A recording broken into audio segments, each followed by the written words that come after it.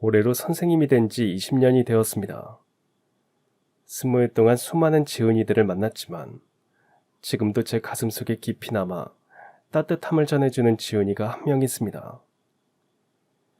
저는 선생님이 되기까지 쉽지 않은 길을 걸었습니다. 어려서부터 넉넉하지 못한 살림으로 아버지는 공장에서 일하셨고 어머니는 남의 집 청소를 하며 생계를 꾸려가셨습니다. 하지만 부모님은 제가 어려운 환경에서도 남의 것을 부러워하지 않도록 저를 키우셨습니다.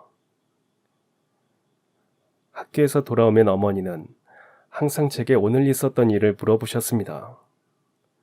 제가 친구들과 놀았던 이야기, 선생님께 칭찬받은 이야기, 때로는 속상했던 일까지 모든 걸 들어주셨습니다.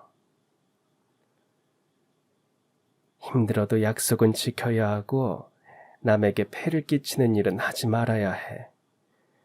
누구보다 자신과의 약속을 지키는 사람이 되어야 한단다.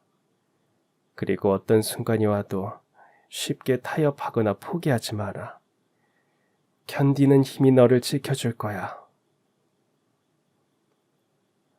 어릴 적엔 어머니의 그런 말씀이 답답하게만 들렸습니다. 왜 우리만 이렇게 힘들게 살아야 하는지, 남들처럼 여유롭게 살고 싶다는 생각만 했습니다. 하지만 지금 돌아보면 어머니에게 배운 그 삶의 철학이 어른이 되어 살아가는 저에게 흔들리지 않는 중심이 되어 주었습니다. 그 중심은 제가 선생님이 된 지금까지도 제 아이들을 가르치는 방식에 고스란히 스며 있습니다.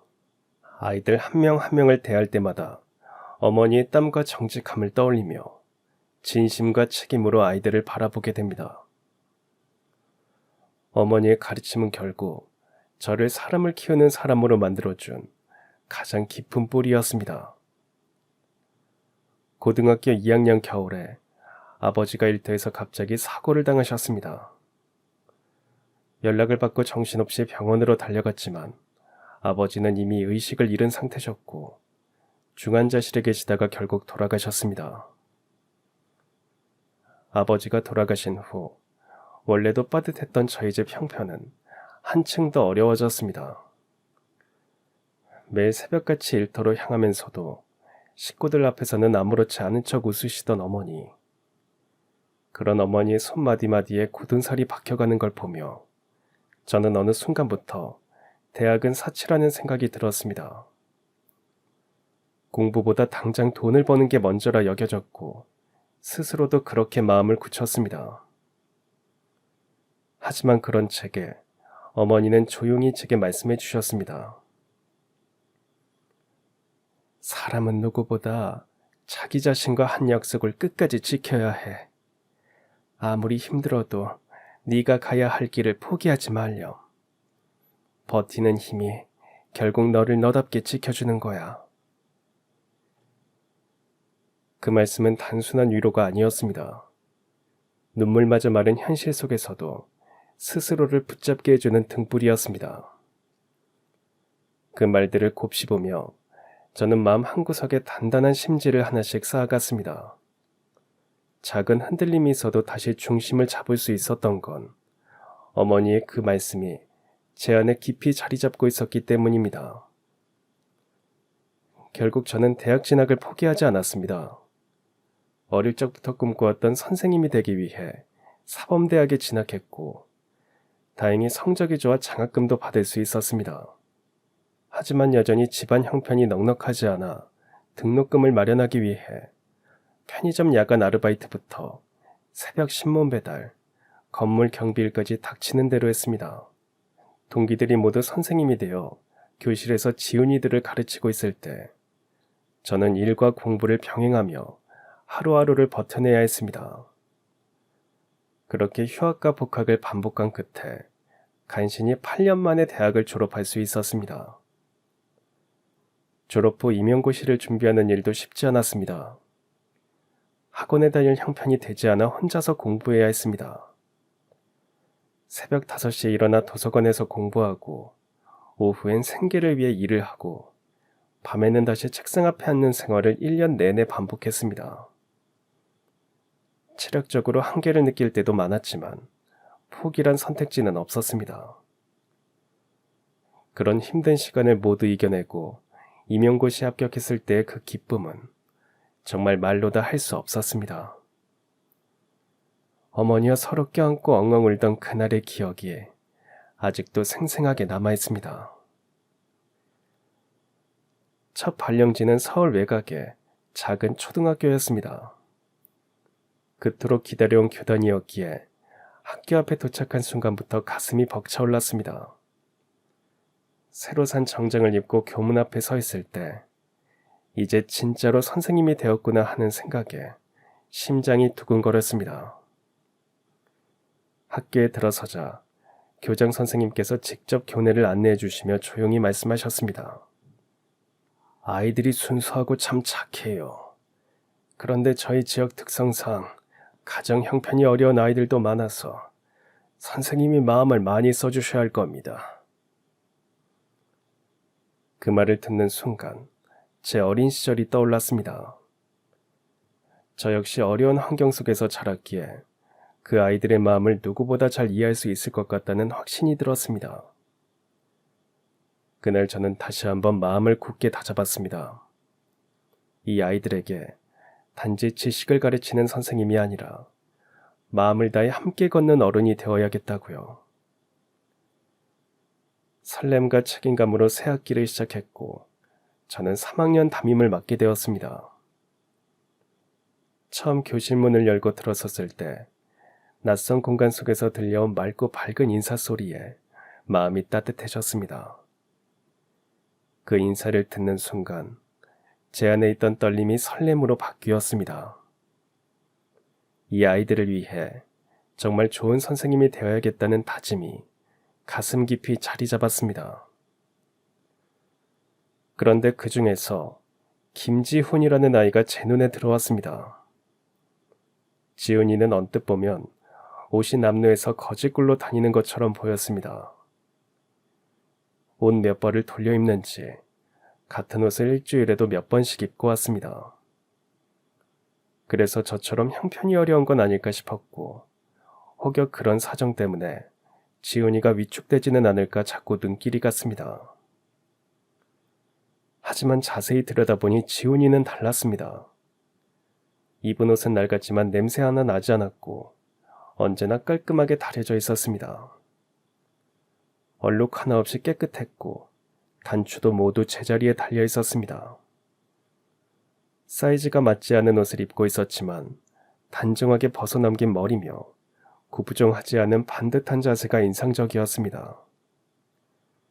닳고 해진 운동화도 매일같이 깨끗하게 닦여져 있었고 손톱도 항상 깨끗하게 다듬어져 있었으며 얼굴도 항상 말끔히 씻고 왔습니다. 큰 옷 속에 꽁꽁 숨겨둔 살림의 형편은 분명 넉넉하지 않아 보였지만 그럼에도 불구하고 매일같이 정돈된 모습으로 등교하는 지훈이를 보며 가난하지만 지훈이를 정성껏 보살피는 부모님이 계시는구나 하는 생각이 들었습니다.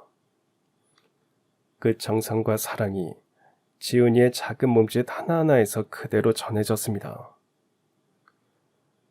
지훈이는 가정 형편이 어려움에도 늘 밝은 얼굴을 하고 있었습니다. 공부도 잘했고 성격도 좋아 반 친구들 사이에서도 인기가 많았습니다. 이제는 또래 아이들처럼 자신이 다른 친구들보다 형편이 넉넉지 않다는 걸 충분히 느낄 나이였지만 그렇다고 움츠러들거나 주눅이 든 적은 한 번도 없었습니다. 오히려 지훈이는 먼저 친구들에게 다가가 손을 내밀 줄 아는 따뜻한 아이였습니다. 누군가 도움이 필요하면 망설이지 않고 옆에 서 있었고 친구들의 작은 변화도 민감하게 살필 줄 알았습니다. 아침마다 교실에 들어설 때면 활기찬 목소리로 인사하곤 했습니다. 그 인사 한마디에 교실 분위기가 환해졌고 저 역시 하루를 기분 좋게 시작할 수 있었습니다. 지훈이의 긍정적인 에너지는 다른 아이들에게도 자연스럽게 퍼져나갔습니다. 수업 시간에는 언제나 진지하게 참여했고 또래보다 훨씬 유창하게 책을 읽으며 복잡한 문제도 술술 풀어냈습니다.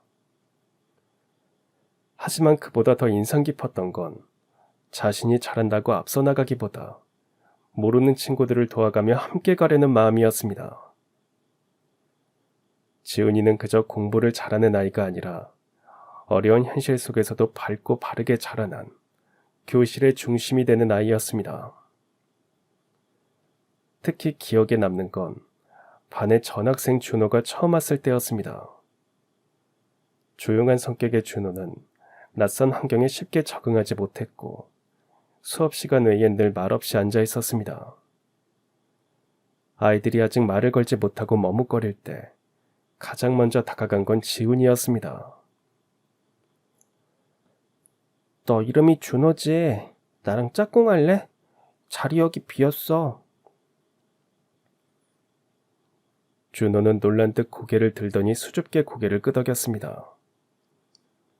그날부터 지훈이는 점심시간에도 쉬는 시간에도 준호와 함께 시간을 보냈습니다. 놀이 시간엔 먼저 손을 내밀었고 다른 친구들과 자연스럽게 어울릴 수 있도록 도와주었습니다. 며칠 뒤 준호의 어머니가 학교에 찾아오셨을 때 제게 이런 말씀을 하셨습니다. 준호가 집에 오면 지훈이 얘기만 해요. 전학 오고 며칠 동안 아이가 많이 힘들어했는데 지훈이 덕분에 학교 가는 게 즐겁다고 하더라고요. 정말 감사해요. 지훈이 같은 친구가 있어서 얼마나 다행인지 몰라요. 지훈이는 원래 그런 아이라서요. 항상 먼저 친구들 마음을 살피고 도울 일이 있으면 망설이지 않거든요. 혼자 서 있는 아이가 있으면 당연하다는 듯 손을 내밀었고 넘어져 다친 친구가 있으면 제일 먼저 달려가 괜찮냐고 물었습니다. 어떤 상황에서도 늘 누군가를 살피는 그 따뜻한 눈빛은 선생인 저도 늘 감탄하게 만들었습니다. 무엇보다 지훈이는 수업 시간에 단 한 번도 지각한 적이 없었고 준비물도 빠짐없이 정성껏 챙겨왔으며 작은 약속 하나조차 어긴 적이 없다는 점이었습니다. 매일 아침 8시 30분까지 등교해야 하는데 지훈이는 항상 10시 10분쯤 교실에 도착했습니다. 여유를 두고 와서 교실 정리도 도와주고 친구들과 인사도 나누었습니다. 숙제도 마찬가지였습니다. 다른 아이들은 가끔 숙제를 빼먹거나 대충 해오는 경우가 있었는데 지훈이는 단 한 번도 그런 적이 없었습니다. 아이를 보면 부모를 안다는 말이 있듯 지훈이를 보며 저는 자연스럽게 지훈이의 어머니를 떠올릴 수 있었습니다. 비록 형편은 넉넉치 않지만 지훈이를 정성과 원칙으로 키우고 계신 분이라는 게 느껴졌습니다. 힘겨운 삶 속에서도 지훈이가 당당하고 바르게 자랄 수 있도록 보이지 않는 곳에서 묵묵히 애쓰고 계시는구나. 그 믿음 같은 게 지훈이의 눈빛과 태도에서 고스란히 전해졌습니다. 다른 아이들의 학부모님들과는 달리 지훈이의 어머니는 한 번도 학교에 오신 적이 없었습니다. 학급 모임이나 각종 행사 때도 마찬가지였습니다. 학급 체육대회가 있을 때도 다른 부모님들은 모두 응원을 오셨는데 지훈이 어머니만 오지 못하셨습니다. 지훈이는 아쉬워하면서도 이해한다는 표정이었습니다.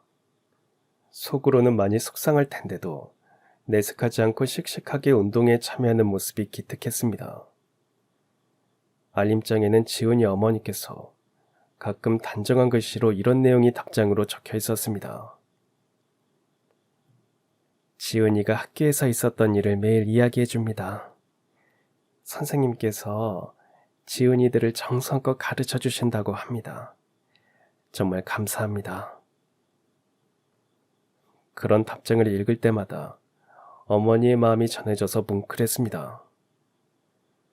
그러던 중 학부모 상담 주간이 다가왔습니다. 저는 꼭 한번 지훈이 어머님을 뵙고 싶었습니다. 그래서 지훈이에게 꼭 어머니에게 말씀드리라고 상담 일정을 알려줬더니 며칠 뒤 알림장에 답장이 적혀 있었습니다. 상담 일정 확인했습니다. 꼭 참석하겠습니다. 그 무렵부터 지훈이의 표정이 한껏 들떠 있었습니다. 지훈이 얼굴에 기대감이 가득했고 그 마음이 고스란히 전해졌기 때문입니다. 상담 하루 전날에는 한층 더 신이 나 있었습니다. 그런 지훈이를 보니 저도 덩달아 기대가 됐습니다. 그동안 궁금했던 지훈이 어머님을 드디어 만날 수 있을 것 같았거든요. 드디어 학부모 상담 당일이 되었습니다. 아침부터 저는 유난히 마음이 바빴습니다. 특히 오늘은 지훈이 어머니를 만나게 될지도 모른다는 생각에 내심 기대가 컸습니다. 하나둘 교실 문을 열고 들어오시는 학부모님들. 상담은 차례차례 진행되었고 저는 잠시도 자리에 앉아 쉴 틈이 없었습니다. 하지만 그 와중에도 자꾸만 시계의 시선이 갔습니다. 지훈이 어머님은 언제쯤 오실까 하는 생각이 머릿속을 맴돌았습니다. 그런데 상담 시간이 한참 흘러가도록 지훈이 어머니의 모습은 보이지 않았습니다. 다른 학부모님들과 상담을 이어가면서도 저는 마음 한켠이 계속 불편했습니다. 지훈이 생각에 자꾸 마음이 쏠렸고 머릿속이 복잡해져 집중이 어려웠습니다. 혹시라도 연락이 잘못되었을까 싶어 지훈이 알림장을 다시 꺼내 확인해 보았습니다. 분명히 꼭 참석하겠습니다라고 적혀 있었고 지훈이 역시 그날 이후 줄곧 들뜬 모습이었기에 이번만큼은 정말 오시리라 믿고 있었습니다. 오후가 되어도 상황은 달라지지 않았습니다. 결국 마지막 상담까지 마친 후 저는 조용히 한숨을 내쉬며 교실로 돌아갔습니다. 발걸음이 괜히 무거워졌습니다. 혹시 무슨 일이 생긴 건 아닐까? 지훈이 앞에서 실망한 티를 내지 않게 해야겠다는 생각도 들었습니다. 문을 열고 들어선 교실 안. 창가 쪽 자리에 앉은 지훈이가 눈에 들어왔습니다. 고개를 푹 숙인 채 창문만 멍하니 바라보고 있던 지훈이. 작은 어깨가 조용히 떨리고 있었습니다. 아이는 울고 있었습니다. 눈가가 벌겋게 달아올라 있었고 그 밝던 얼굴은 온데간데 없이 축 처져 있었습니다. 저는 조심스럽게 지훈이 옆으로 다가가 부드럽게 말을 건넸습니다. 지훈아, 엄마 아직 안 오셨어? 지훈이는 말없이 고개를 살짝 끄덕였습니다. 그러고는 입술을 꼭 다문 채 더 이상 고개를 들지 않았습니다. 잠시 침묵이 흐른 뒤 지훈이는 아주 작은 목소리로 중얼거리듯 말했습니다. 진짜 오신댔는데 어제도 엄마가 일찍 오셔서 옷 다려놓으시고 머리도 예쁘게 하셨는데. 그 말에 제 가슴이 저릿하게 아파왔습니다. 말끝마다 묻어나는 순수한 믿음, 엄마를 자랑스럽게 여기고 기다림마저 행복해하던 아이. 그 믿음 하나만으로 얼마나 큰 기대를 했을지, 그리고 그 기대가 얼마나 무너졌을지를 생각하니 뭐라 위로해야 할지 쉽게 입이 떨어지지 않았습니다. 어떤 원망도, 어떤 투정도 없었습니다. 그저 엄마가 온다고 했기에 기다렸고 기다리다 지쳐 눈물을 삼키고 있는 지훈이. 그 조용한 아이의 어깨가 참 많이 작아 보였습니다. 지훈아, 지훈이 엄마는 아무 말 없이 약속을 어기실 분이 아니실 거야. 분명 무슨 사정이 있지 않으실까? 단순히 지훈이를 위로하기 위해서가 아니라 그동안 지훈이를 보며 느껴왔던 부분이었습니다.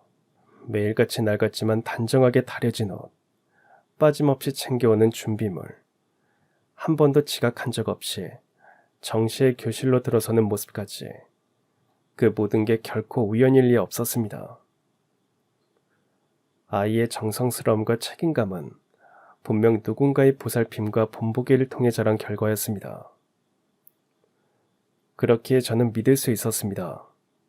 오늘 상담에 오지 않으신 건 단순한 무심함이나 무책임 때문이 아니라고요. 지훈이 어머니가 약속을 지킬 수 없는 어떤 이유가 분명 생겼을 거라고 생각했습니다. 지은이가 그렇게 성실하고 따뜻하게 자라기까지 그 시간을 함께한 분이라면 약속을 이렇게 쉽게 어기지는 않으셨을 거라는 믿음이 있었습니다. 선생님도 우리 엄마 좋은 분이라는 거 아시죠? 엄마는 절대 그냥 약속 안 지키실 분 아니에요. 지은이의 눈은 벌겋게 충혈돼 있었지만 말투는 단호했고 망설임이 없었습니다. 속상했을 텐데도 실망했을 텐데도 지은이는 끝까지 엄마를 믿고 있었습니다. 그 믿음이 오히려 더 묵직하게 다가왔습니다. 지은아, 선생님이랑 같이 너희 집에 잠깐 가보자. 그렇게 저는 지은이와 함께 조용히 교실을 나섰습니다. 지은이의 집으로 가는 길은 단순히 상담을 대신하려는 발걸음이 아니었습니다. 왠지 꼭 어머니를 만나봐야겠다는 생각이 자꾸만 들었고, 혹시 무슨 사정이 있었던 건 아닐까 하는 걱정도 마음속에서 점점 커졌습니다. 지은이 곁을 나란히 걸으며 저는 말없이 그 생각에 잠겼습니다. 학교에서 버스를 타고 한참을 가야 하는 거리였습니다. 지은이는 앞장서 길을 안내하면서 조심스럽게 말을 꺼냈습니다. 우리 엄마 진짜 착해요. 저 혼낸 적 없어요. 한 번도요. 그리고 아프셔도 저한텐 안 아픈 척 하세요. 그냥 웃으면서 괜찮다고만 해요. 엄마를 이야기할 때마다 지은이의 눈빛은 자랑스러워 보였습니다. 그런 말을 듣다 보니 저도 점점 그 어머니가 궁금해졌습니다. 그러면서도 자꾸만 불안한 마음이 스쳤습니다. 지은이가 그렇게까지 믿고 따르는 엄마가 오늘 왜 상담에 오지 못했을까 하는 생각이 머릿속을 떠나지 않았습니다. 버스 안에서 지은이가 살짝 고개를 돌려 말했습니다. 선생님, 우리 집 좀 자꾸 그래도 놀라지 마세요. 엄마가 그런 거 신경 쓰실까 봐요. 괜찮아, 지훈아. 선생님도 어릴 때 작은 집에 살았단다. 버스에서 내려 지훈이를 따라 골목 안쪽으로 걸어 들어갔습니다. 지훈이와 함께 도착한 곳은 오래된 다세대 주택이었고 그중 반지하 계단 아래쪽 복도를 지나 낡은 현관문 앞에 멈췄습니다. 곰팡내가 은근히 풍기고 벽지는 군데군데 벗겨져 있었으며 바닥엔 습기가 느껴졌고 전등은 깜빡거리고 있었습니다. 그럼에도 지은이는 부끄러워하는 기색 없이 말했습니다. 여기가 우리 집이에요. 작지만 따뜻한 곳이에요. 말끝이 조금 흐려졌지만 지은이 얼굴엔 망설임이 없었습니다. 그 아이의 마음에는 집도 엄마도 부끄러움보단 자랑스러움이 먼저였습니다. 초인종을 눌러도 아무 반응이 없었습니다. 지은이는 익숙하다는 듯 신발 밑에 숨겨둔 열쇠를 꺼냈습니다. 엄마가 늦게 올 때를 대비해서 여기다 열쇠를 두셨어요. 그 말을 듣는 순간 지은이가 평소에도 혼자 집에 들어오는 일이 잦았겠다는 생각이 들었습니다. 어린아이가 감당하기엔 익숙해져선 안 되는 일인데 지은이는 담담해 보였습니다. 낡은 철문은 삐걱 소리를 내며 열렸고 그 순간 저는 얼어붙었습니다. 현관 바로 앞바닥에 지은이 어머니가 쓰러져 계셨습니다. 단정하게 정리된 옷차림, 손에 든 작은 가방, 상담을 오기 위해 나섰던 길이었던 것 같았습니다. 문 앞에서 그대로 의식을 잃은 채 쓰러져 계신 모습에 가슴이 철렁 내려앉았습니다. 얼굴은 심하게 창백했고 입술은 푸르게 질려 있었습니다. 눈도 감긴 채 미동조차 없었고 숨소리는 거의 들리지 않았습니다. 순간 머릿속이 하얘졌지만 저는 떨리는 손으로 휴대전화를 꺼내 119를 눌렀습니다. 전화를 하는 내내 손이 떨렸습니다. 이런 상황은 처음이었고 무엇을 어떻게 해야 할지 막막했습니다. 조용하던 반지하 집 안엔 이내 지훈이의 울음소리가 퍼졌습니다. 평소 침착하고 씩씩하던 아이가 소리내어 우는 모습에 가슴이 먹먹해졌습니다. 저도 어머니의 손목을 잡아 맥박을 확인해 보았습니다. 맥박은 뛰고 있었지만 느리고 약했습니다. 호흡도 얕고 들쑥날쑥했습니다. 의식이 없는 어머니의 얼굴이 계속 눈에 밟혔습니다. 지은이는 계속 어머니 곁에 바짝 붙어 앉아 손을 꼭 잡고 있었습니다. 10분쯤 지났을 무렵 구급차가 도착했습니다. 구급대원들은 빠르게 집 안으로 들어와 어머니 상태를 확인하더니 곧장 들것을 옮기고 응급처치를 시작했습니다. 저는 지훈이와 함께 구급차에 올랐습니다. 지훈이는 어머니의 손을 꼭 잡은 채 한마디도 하지 않았습니다. 입술을 꼭 다문 얼굴엔 겁과 슬픔이 엉켜 있었고 어깨는 자꾸만 떨렸습니다. 평소 또래보다 의젓하던 아이였지만 아이는 아이였던 것입니다. 어머니가 전부인 아이에게는 이 순간이 얼마나 두려웠을지 짐작하기 어려웠습니다. 병원에 도착하자 어머니는 곧장 응급처치실로 옮겨졌고 의료진들은 바쁘게 움직이며 치료를 시작했습니다. 의사들과 간호사들이 분주히 움직이는 모습을 바라보며 저도 속으로 간절히 바랬습니다. 지은이에게는 엄마가 전부니까 제발 괜찮으시길. 응급실 앞에 앉은 지은이는 여전히 눈물을 멈추지 못했습니다. 선생님, 엄마가 이렇게 아프신데 저는 진짜 몰랐어요. 오늘 아침에도 웃으면서 학교에서 보자고 하셨거든요. 지훈아, 그건 네 잘못이 아니야. 엄마는 너 걱정시키기 싫어서 그랬을 거야. 저 때문이에요. 제가 학교 상담에 꼭 오라고 해서 엄마가 요 며칠 무리하셨던 거예요. 그 말에 대답을 바로 할 수 없었습니다. 아직 어린 지훈이가 자신을 탓하는 모습이 안쓰러웠고 그 책임감이 얼마나 무거운지도 느껴졌기 때문입니다. 다행히 지훈이의 어머니는 그날 밤을 넘기지 않고 의식을 되찾으셨습니다. 의식을 되찾자마자 지훈이 어머니는 지훈이 걱정부터 하셨습니다. 지훈아, 많이 놀랐지? 괜찮아? 엄마 괜찮아요? 정말 괜찮아요? 엄마 죄송해요. 내가 괜히 학교 상담에 와달라고 해서 힘들었던 거죠. 미안해, 지훈아. 엄마가 오늘 학교에 가기로 했는데 약속을 못 지켰네. 아니에요, 엄마. 그런 거 하나도 안 중요해요. 난 엄마만 있으면 돼요. 그 짧은 대화 속에 많은 게 담겨 있었습니다. 겨우 눈을 떴을 뿐인데 어머니는 가장 먼저 아들의 안부를 물었고 그 다음으로 떠올린 건 학교에 가겠다고 한 약속이었습니다. 아픈 몸으로도 그것이 마음에 걸렸다는 듯 아이에게 조심스럽게 사과하셨습니다.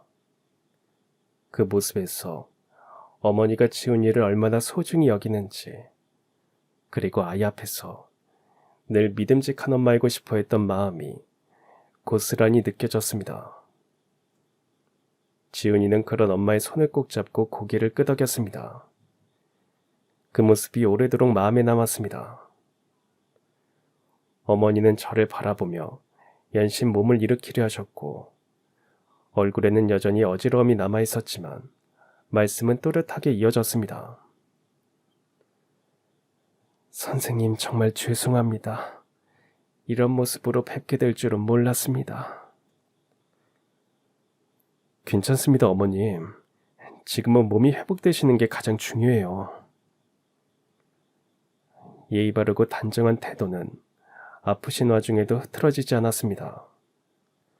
조금 전까지 의식이 없던 분이라는 게 믿기지 않을 정도였습니다. 곧 담당 의사 선생님이 와서 설명을 해주셨습니다. 급성 심근경색입니다.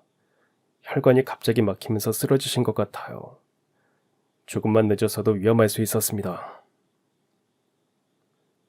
그 말을 듣고 나서야 아까 그 순간이 얼마나 아찔했는지 실감이 났습니다. 어머니가 다시 눈을 뜨신 게 얼마나 다행인 일인지 새삼 느껴졌습니다. 조금 안정되신 걸 확인한 후 저는 조심스럽게 그동안의 상황을 여쭈었습니다.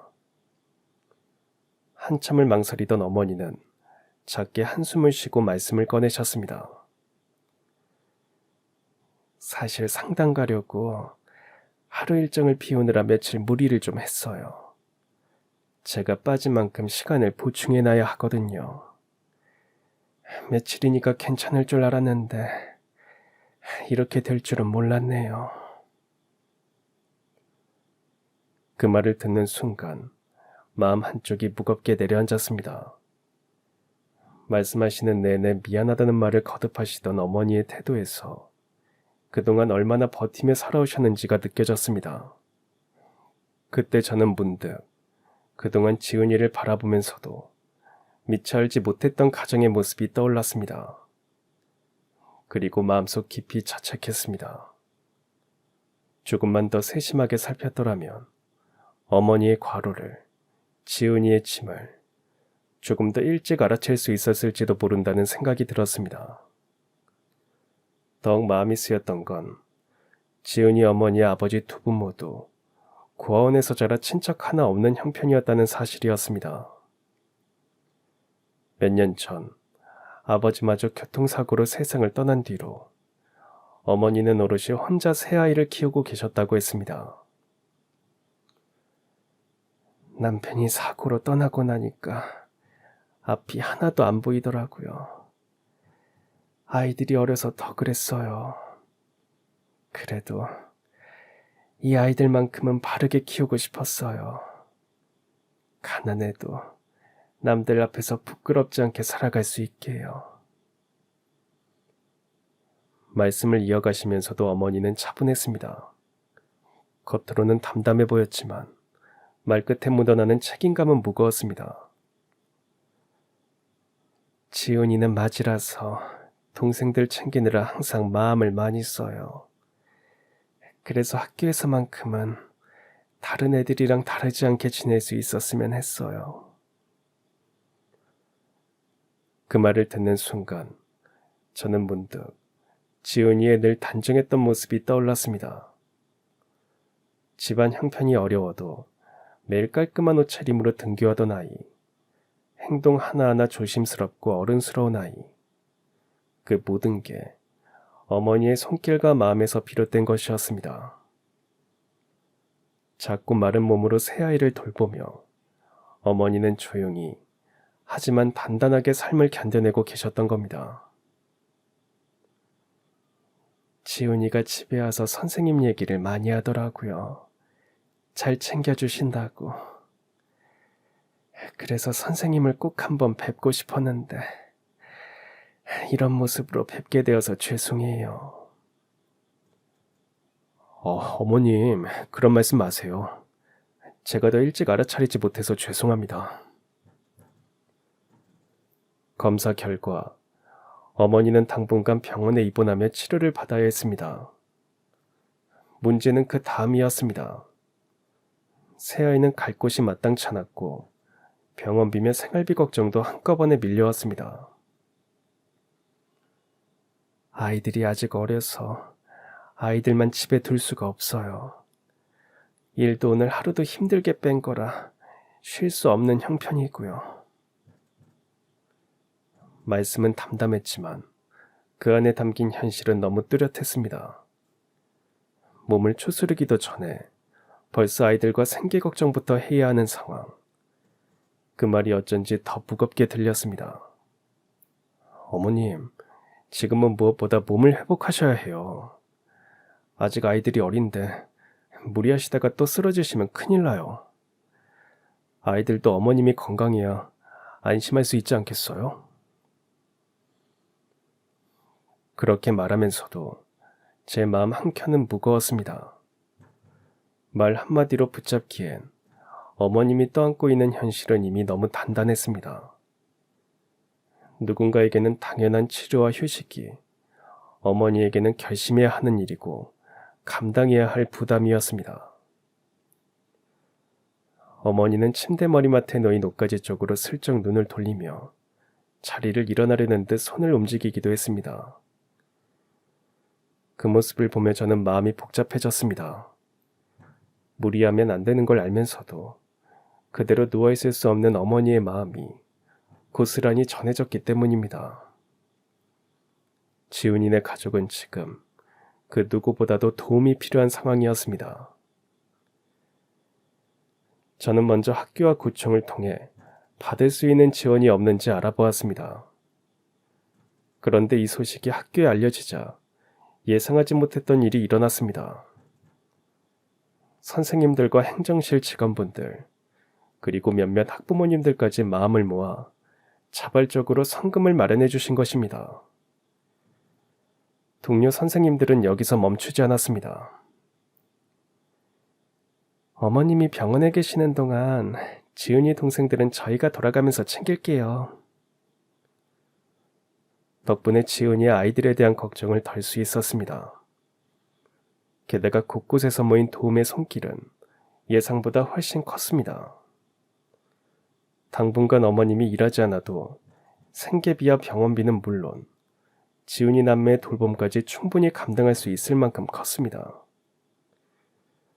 특히 인상 깊었던 건 우리 반 학부모님들의 따뜻한 반응이었습니다. 평소 지훈이에게 도움을 받았던 아이들의 부모님들이 앞다투어 먼저 손을 내밀어 주셨습니다. 한 학부모님은 아이 손을 꼭 잡고 찾아오셔서 말씀하셨습니다. 지훈이 어머니가 그렇게 힘든 상황이셨다는 걸 몰랐어요. 우리 아이가 지훈이 얘기를 그렇게 많이 했었는데 아휴, 정말 대견한 아이예요. 또 다른 학부모님은 조심스럽게 봉투를 건네시며 말했습니다. 저희 아이가 지훈이 도움을 정말 많이 받았어요. 저희도 도울 일이 있으면 언제든 말씀만 주세요. 작게나마 보탬이 되고 싶어요. 그뿐만이 아니었습니다. 어떤 어머님은 정성껏 만든 반찬을 한 보따리 싸오시더니 이렇게 말씀하셨습니다. 지은이랑 어린 동생들만 있다고 들었어요. 애들 밥은 제가 좀 챙겨주고 싶은데 그래도 될까요?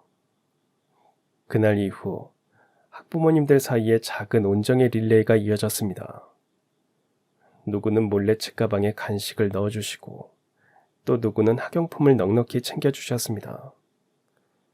어떤 분은 방과 후 시간을 쪼개 지훈이 숙제를 봐주시겠다고 나서기도 했습니다.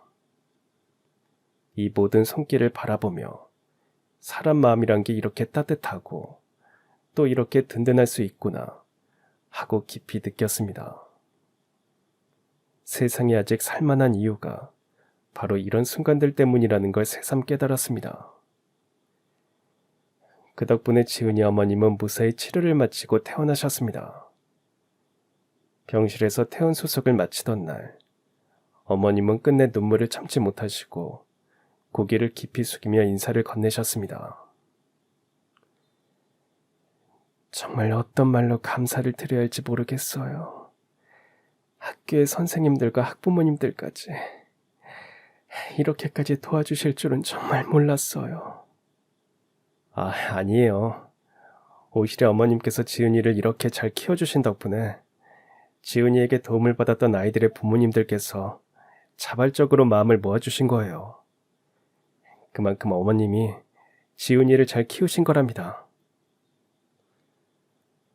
그 곁에 서 있던 지훈이는 작은 두 손을 정중히 모아 허리를 깊이 숙이며 조심스럽게 말을 꺼냈습니다. 정말 감사합니다, 선생님. 엄마를 살려주셔서. 저 정말 무서웠어요. 그 말에 마음 한쪽이 저려왔습니다. 아직 어린 지훈이가 모든 상황을 알고 있다는 듯 담담하게 그러나 또박또박 전한 감사의 말은 그 어떤 위로보다 깊은 울림이 있었습니다. 그 순간 이 아이가 얼마나 성숙하고 단단한 마음을 가진 아이인지 다시금 느꼈습니다. 그 일을 계기로 지훈이 어머님은 지역복지관의 도움을 받아 좀 더 여유 있는 일자리로 소개받으실 수 있었습니다. 학교에서 직접 연결해 드린 덕분에 지훈이와 동생들은 방과 후 돌봄 서비스도 받을 수 있게 되었고, 어머님도 무리하지 않는 선에서 건강을 지키며 일할 수 있게 되셨습니다. 무엇보다도 이제는 정기적으로 병원에 다니며 자신의 몸도 돌보게 되셨습니다. 그리고 그 변화는 고스란히 지훈이에게도 전해졌습니다. 이전보다 훨씬 밝아진 얼굴로 학교에 오고 친구들과도 더 많이 웃고 어울리는 모습이 보였습니다. 어느 날 수업이 끝난 뒤 지훈이가 제게 다가와 조용히 말했습니다. 선생님, 요즘 엄마가 웃으시는 날이 많아졌어요. 예전엔 혼자 오실 때가 많았거든요. 정말 다행이다. 이제 지훈이도 마음 편히 공부할 수 있겠구나. 그날 교실 복도에 서서 지훈이의 말을 듣던 순간을 저는 잊지 못할 것입니다. 누군가 인생에 작은 등불 하나 켜는 일, 그게 교사라는 존재가 할 수 있는 가장 큰 기적이라는 걸 그날 지훈이를 통해 배웠습니다. 학년이 바뀌고 지훈이가 4학년이 되었을 때도 저는 계속 관심을 갖고 지켜보았습니다. 비록 더 이상 담임은 아니었지만 새 담임 선생님께 지훈이의 상황을 자세히 전달해 드렸고, 지훈이는 여전히 성실하고 밝게 학교 생활을 이어갔습니다. 복도에서 마주칠 때마다 먼저 인사를 건네며 웃는 모습에서 예전보다 더 단단해진 아이의 마음이 느껴졌습니다. 스승의 날이면 내 손편지와 카네이션을 들고 찾아와 조용히 감사 인사를 전하곤 했습니다. 중학교에 진학한 뒤에도 간간히 안부를 전해왔고, 어려운 시기엔 조심스럽게 찾아와 고민을 나누기도 했습니다. 고등학생이 되어서는 진학 상담을 하러 직접 학교로 오기도 했습니다. 그럴 때마다 저는 지훈이의 성장을 지켜볼 수 있음에 감사했고, 아이의 속 깊은 말 한마디 한마디가 큰 위로가 되었습니다. 그리고 결국 지훈이는 컴퓨터 공학과로 명문대에 진학했습니다. 합격 소식을 가장 먼저 들고 학교로 찾아왔던 날, 설레는 얼굴로 문을 열고 들어서는 모습을 보며 그동안의 시간들이 하나하나 떠올랐습니다. 선생님, 저 합격했어요. 제일 먼저 알려드리고 싶었어요. 그 짧은 말 안에 담긴 아이의 진심과 시간들이 참 고맙고 벅찼습니다. 그리고 저는 그 모든 과정을 곁에서 지켜볼 수 있었던 것만으로도 충분히 감사했습니다. 그리고 며칠 뒤 지훈이 어머니께서 학교로 직접 찾아오셨습니다. 몇 년 만에 뵌 모습은 예전보다 훨씬 건강해 보이셨고 표정에도 여유가 느껴졌습니다. 선생님 정말 감사합니다. 지훈이가 이렇게 좋은 대학에 갈 수 있었던 건 모두 선생님 덕분이에요. 아니에요. 지훈이가 누구보다 열심히 했잖아요. 어머님께서 잘 키워주셨기에 가능한 일이죠. 그때 선생님이 아니었더라면 지금 같은 날이 올 거란 생각조차 못했을 거예요. 잠시 어머님의 말을 들으며 예전 일이 떠올랐습니다. 처음 지훈이를 만났던 날, 그리고 작고 여린 손으로 깊은 인사를 건네던 그 아이의 모습이 선명하게 떠올랐습니다. 그때 그 마음 하나가 지금까지 이어져 이렇게 반가운 인사로 돌아온 것만 같았습니다. 지훈이는 대학에 진학한 후에도 방학이나 여유가 생기면 간간히 학교에 찾아와 근황을 전해주었습니다. 아르바이트와 학업을 병행하느라 연락이 자주 오지는 않았지만 여전히 예의 바르고 성실한 모습은 변함없었습니다. 선생님, 대학생활 정말 재미있어요. 컴퓨터 프로그래밍이 이렇게 흥미로울 줄은 몰랐어요. 이래저래 바쁘다면서도 밝은 표정으로 이야기를 들려주는 모습이 대견하게 느껴졌습니다. IT 관련 전공을 택한 지훈이는 학과 친구들과 함께 앱을 개발해 대회에서 상도 받고 창업 동아리 활동도 활발히 한다고 했습니다.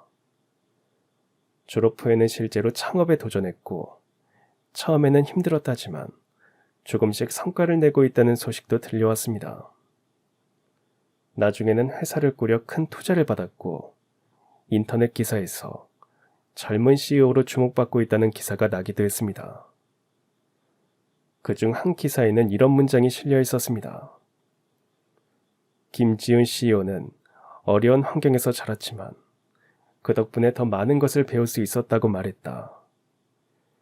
특히 초등학교 때 만난 은세에 대한 고마움을 잊지 않고 있다고 전했다. 그 기사를 읽으며 저는 조용히 미소 지었습니다. 지훈이의 시간 속에 제가 아주 작은 흔적이라도 남아있을 수 있다는 사실이 더없이 따뜻하게 느껴졌습니다. 그리고 올해 봄, 여느 때처럼 새로운 학생들을 맞이할 준비로 분주하던 어느 날이었습니다. 갑작스럽게 교장 선생님께서 저를 찾으신다는 연락을 받고 교장실로 향했습니다. 한 청년 기업가가 우리 학교에 장학금을 기부하고 싶다고 연락이 왔습니다. 그런데 선생님 이름으로 장학금을 만들고 싶다고 하네요. 어려운 형편의 아이들을 돕고 싶다고 하던데 혹시 김지훈이라는 사람 아세요? 그 이름을 듣는 순간 가슴이 쿵 하고 뛰었습니다. 잊을 수 없는 바로 지훈이었습니다. 상당한 금액이에요. 매년 10명의 학생을 고등학교 졸업까지 지원하겠다고 하니 학교에도 정말 큰 도움이 될 것 같습니다. 제 첫째자였어요. 지훈이가 사업이 잘 되고 있다는 얘기는 들었지만 이렇게까지 마음을 내줄 줄은 몰랐네요. 뜻밖의 소식이었지만 그 누구보다 반가웠고 참 고마운 일이었습니다. 지훈이라는 아이가 이렇게 멋진 어른이 되어 다른 누군가의 삶에 또 다른 희망을 전하고 있다는 사실이 저에겐 그 어떤 상보다 큰 축하처럼 느껴졌습니다. 참 대단한 친구네요. 어떤 학생이었는지 더 궁금해졌습니다. 네, 정말 대단한 아이였어요. 어려운 시절을 누구보다 꿋꿋하게 이겨낸 제게도 참 특별한 제자입니다. 며칠 후 지훈이가 직접 학교를 찾아왔습니다. 언제 이렇게 컸을까 싶을 만큼 헌칠해진 모습이었지만 그 눈빛만큼은 여전히 초등학생 시절 그 아이 그대로였습니다. 차분하고 또렷한 말투로 인사를 건네는 모습에 괜히 마음이 뭉클해졌습니다. 선생님 오랜만입니다. 많이 뵙고 싶었어요. 정말 많이 컸구나. 이제는 완전히 어른이 되었네. 그런데도 선생님 앞에 서면 아직도 그때 그 초등학생 같은 기분이에요. 서로의 안부를 나누며 이런저런 이야기를 이어갔습니다. 지훈 어머님은 건강을 회복하신 뒤 잘 지내고 계시고 동생들 역시 각자의 자리에서 열심히 살아가고 있다고 했습니다. 둘째는 의사가 되었고 막내는 간호사로 일하고 있어요. 다들 열심히 살고 있어요. 하지만 저희는 절대 잊지 않아요. 선생님의 은혜를요. 잠시 말을 멈췄던 지훈이는 이내 조심스럽게 속마음을 꺼냈습니다. 사업이 잘 되면서 저는 늘 나 혼자만 잘 되는 게 무슨 의미가 있을까 하는 생각이 들었어요. 그러다 문득 선생님이 떠올랐어요. 선생님께서 저에게 해주셨던 것처럼 저도 누군가에게 도움이 되고 싶었어요. 내 도움보다는 네가 잘 자란 거지. 그런 생각을 했더니 너무 고맙구나. 선생님이 어머니를 도와주셨던 그때가 없었다면 지금의 저는 없었을 거예요. 그래서 선생님 이름으로 장학금을 만들고 싶습니다. 저처럼 어려운 환경에 있는 지훈이들이 희망을 잃지 않도록 선생님이 제게 주셨던 그 따뜻함을 나누고 싶어요. 그 말을 듣는 순간 가슴이 벅차올랐습니다. 그 작은 지훈이가 이제는 누군가를 돕겠다고 나서다니. 지난 시간이 파노라마처럼 스쳐 지나갔습니다. 그는 이미 세세한 부분까지 치밀하게 계획을 세운 상태였습니다. 단순히 경제적인 지원만으로는 부족하다고 생각해요. 아이들에게는 꿈을 향해 나아갈 수 있는 방향과 용기도 필요하니까요. 그래서 장학금과 함께 멘토링 프로그램도 운영하고 싶습니다. 그리고 여름방학에는 캠프도 열 계획이에요. 다양한 체험을 통해 아이들이 세상을 더 넓게 보고 스스로를 믿게 만들고 싶어요.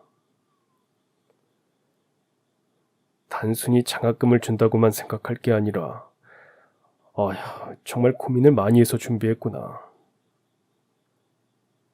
아이들에게 단순히 돈만 쥐어주고 끝내고 싶지 않아요. 저도 누군가로부터 희망을 받았으니까 이젠 제가 희망을 주는 사람이 되고 싶습니다.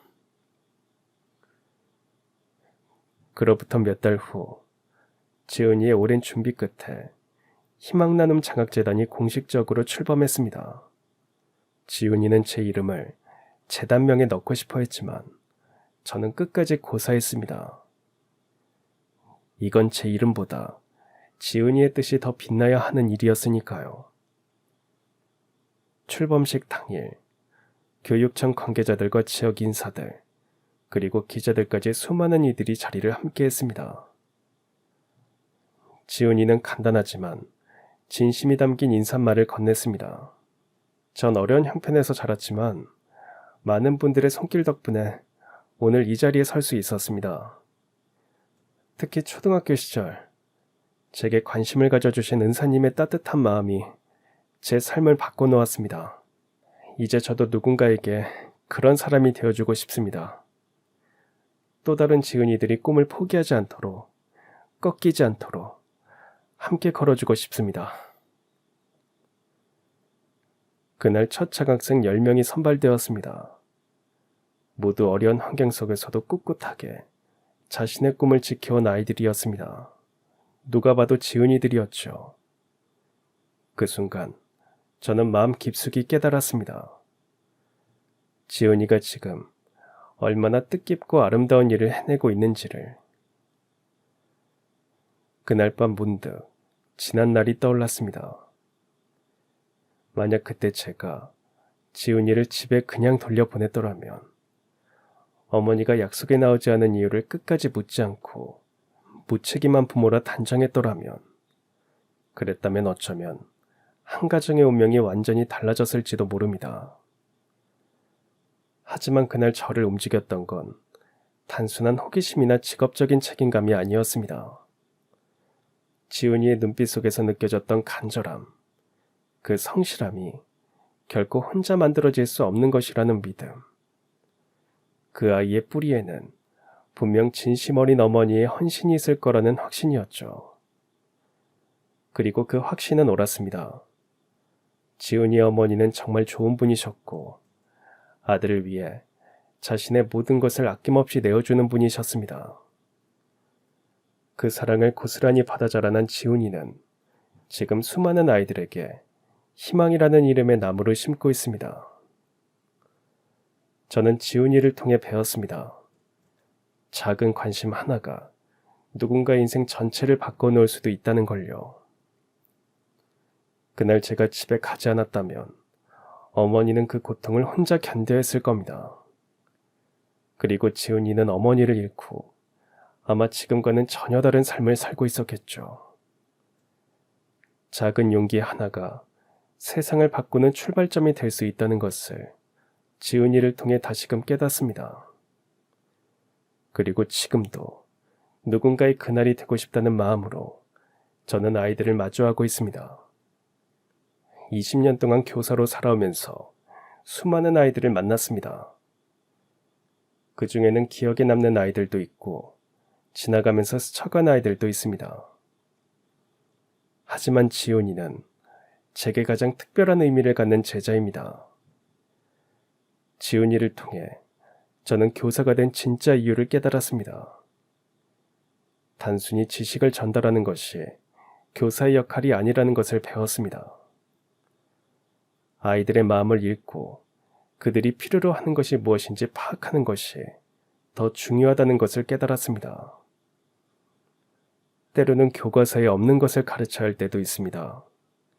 희망을, 용기를, 그리고 사랑을 가르쳐야 할 때가 있습니다. 지훈이는 제게 그런 것들을 가르쳐 주었습니다. 진정한 교육이 무엇인지, 교사가 해야 할 일이 무엇인지를 보여주었습니다. 교직 20년, 그 하나의 순간이 제가 선생님으로 살아온 진짜 이유가 되었습니다. 그리고 지금도 제 마음 깊은 곳을 따뜻하게 지켜주는 가장 소중한 기억이 되었습니다. 지금도 지훈이와는 연락을 주고받고 있습니다.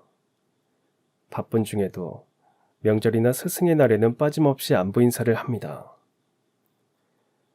아이들을 가르치는 일은 때로는 힘들고 지치는 일이지만 한 지훈이의 인생을 바꿀 수 있는 소중한 순간들이 기다리고 있습니다. 그 순간을 놓치지 않으려면 지훈이들을 바라보는 따뜻한 시선과 그들의 마음을 읽어내려는 세심함이 필요하다는 것을 지훈이를 통해 배웠습니다. 교사로서 20년을 살아오면서 가장 소중한 경험이었고 앞으로도 계속 기억에 남을 일입니다. 그리고 이 이야기가 다른 선생님들에게도 작은 희망과 용기가 되기를 바랍니다. 모든 아이들에게는 무한한 가능성이 있습니다. 그 가능성을 발견하고 키워주는 것이 우리 교사들의 역할이라고 생각합니다. 때로는 그 작은 관심 하나가 한 지훈이의 인생을 완전히 바꿀 수 있다는 것을 지훈이를 통해 배웠습니다. 그럼 지금까지 사연 들어주셔서 감사합니다. 사연이 재밌으셨다면 구독과 좋아요 부탁드려요. 감사합니다. 안녕히 계세요.